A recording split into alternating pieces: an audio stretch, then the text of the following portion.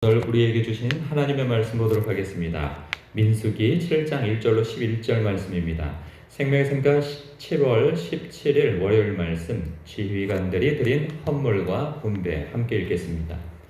모세가 장막 세우기를 끝내고 그것에 기름을 발라 거룩히 구별하고 또 그 모든 기구와 제단과 그 모든 기물에 기름을 발라 거룩히 구별한 날에 이스라엘 지휘관들 곧 그들의 조상의 가문의 우두머리들이요 그 지파의 지휘관으로서 그 계수함을 받은 자의 감독된 자들이 헌물을 드렸으니 그들이 여호와께 드린 헌물은 덮개 있는 수레 6대와 소 12마리이니 지휘관 2사람의 수레가 하나씩이요 지휘관 1사람의 소가 1마리씩이라. 그것들을 장막 앞에 드린지라.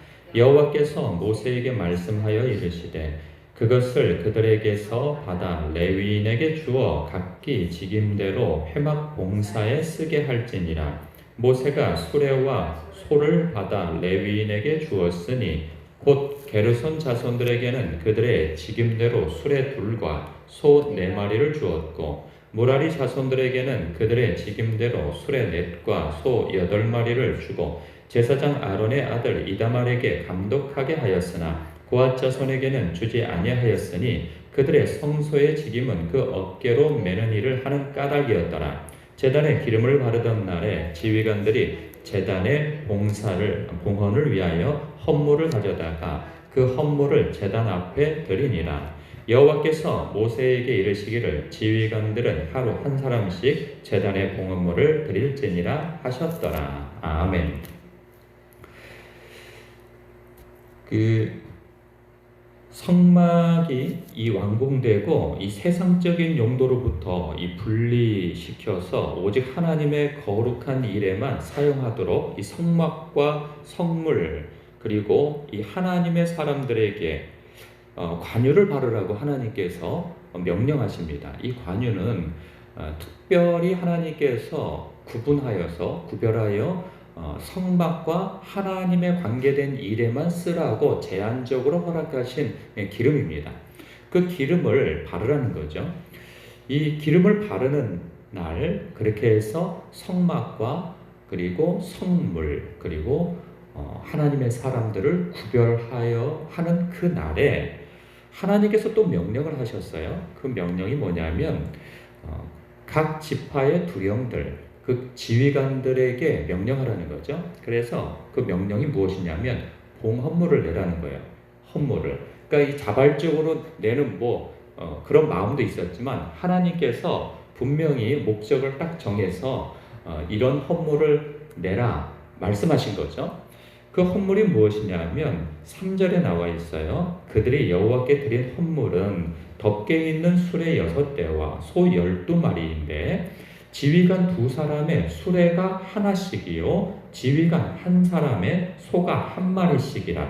그것들을 장막 앞에 드린지라. 12지파의 두령들이니 12명이 되겠죠.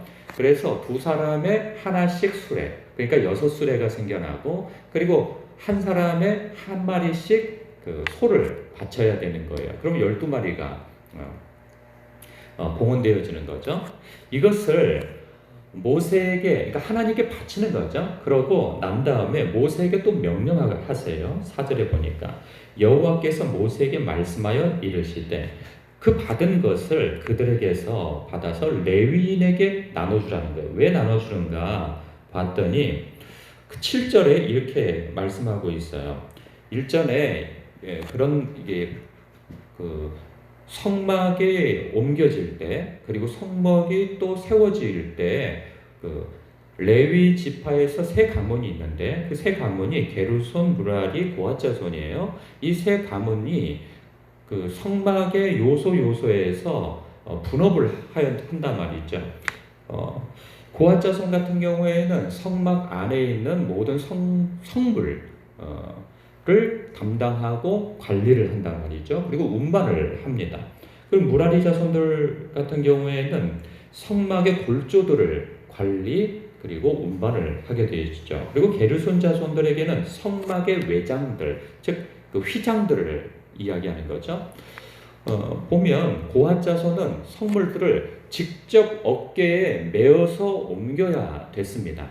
그런데 이제 외장들이 있죠. 그리고 골조들이 있습니다. 이것은 그냥 사람이 매서 운반한다는 것은 너무 고된 일이기에 하나님께서 게르손 자손들에게는 수레 둘과 소 4마리를 주고 무라리 자손은 그 골조들이 너무나도 무거운 것이기에 그 수레 넷과 소 8마리를 주라 이리 명하신 거죠.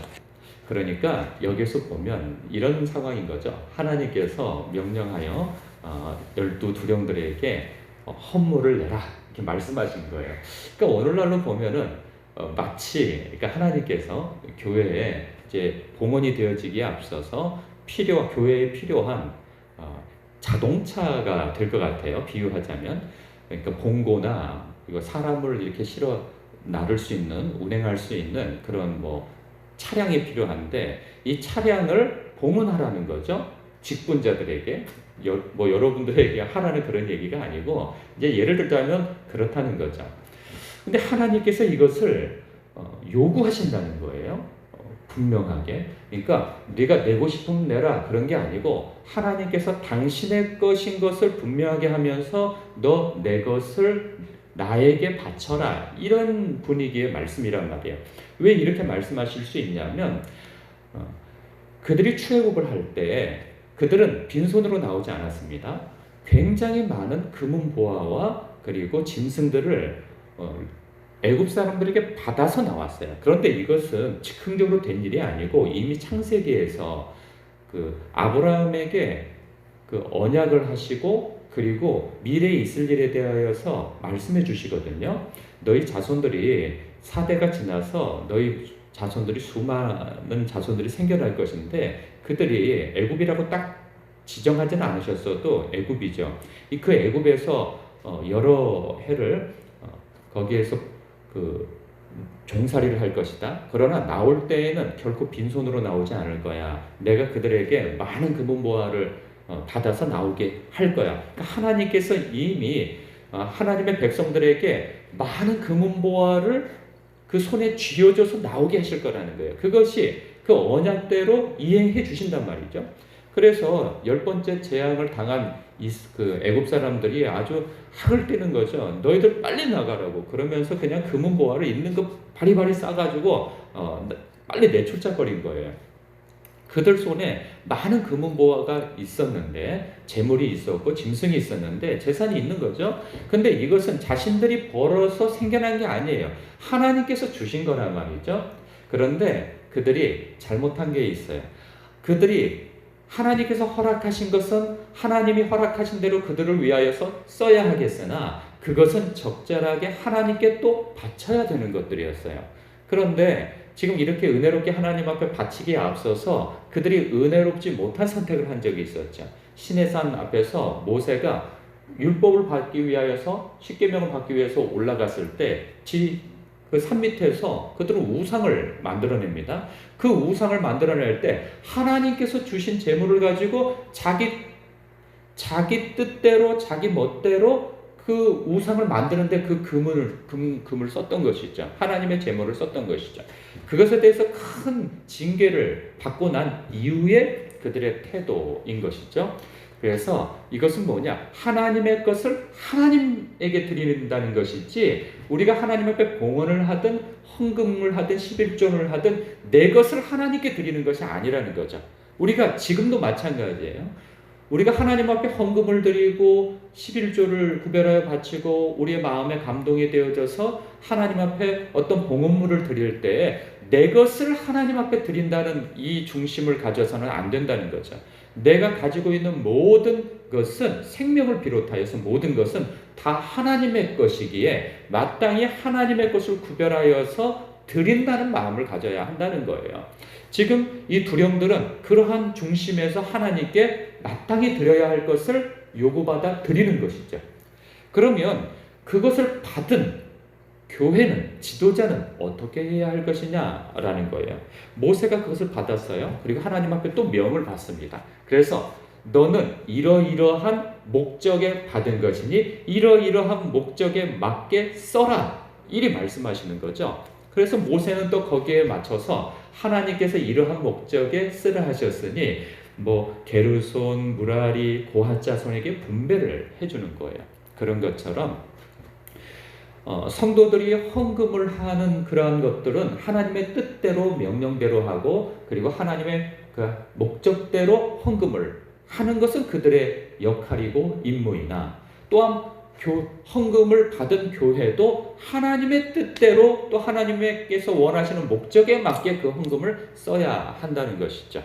받은 것은 하나님의 뜻대로 받아놓고서는 쓸 때에는 자기 뜻대로 써버린다면 이것은 합당한 것이 아닌 것이죠. 교회와 그러니까 성도들이 교회에 대하여서 실망을 하고 어려움을 겪는 것이 바로 그런 데에 있는 것이죠. 우리는 하나님의 뜻대로 헌금을 제대로 드렸는데 교회가 그것을 마땅히 써야 할 곳에 쓰지 않고 자꾸 그것을 건물 짓는 데 쓰고 뭐에 투자하는 데 쓰고 미래를 대비한답시고 뭘 자꾸 부동산을 넓히고 사람을 키우고 선교를 하고 이러한 것을 하나님의 뜻대로 써야 하는데 그렇다고 부동산에 쓰고 건물을 짓는 것이 무용하다는 뜻이 아닙니다.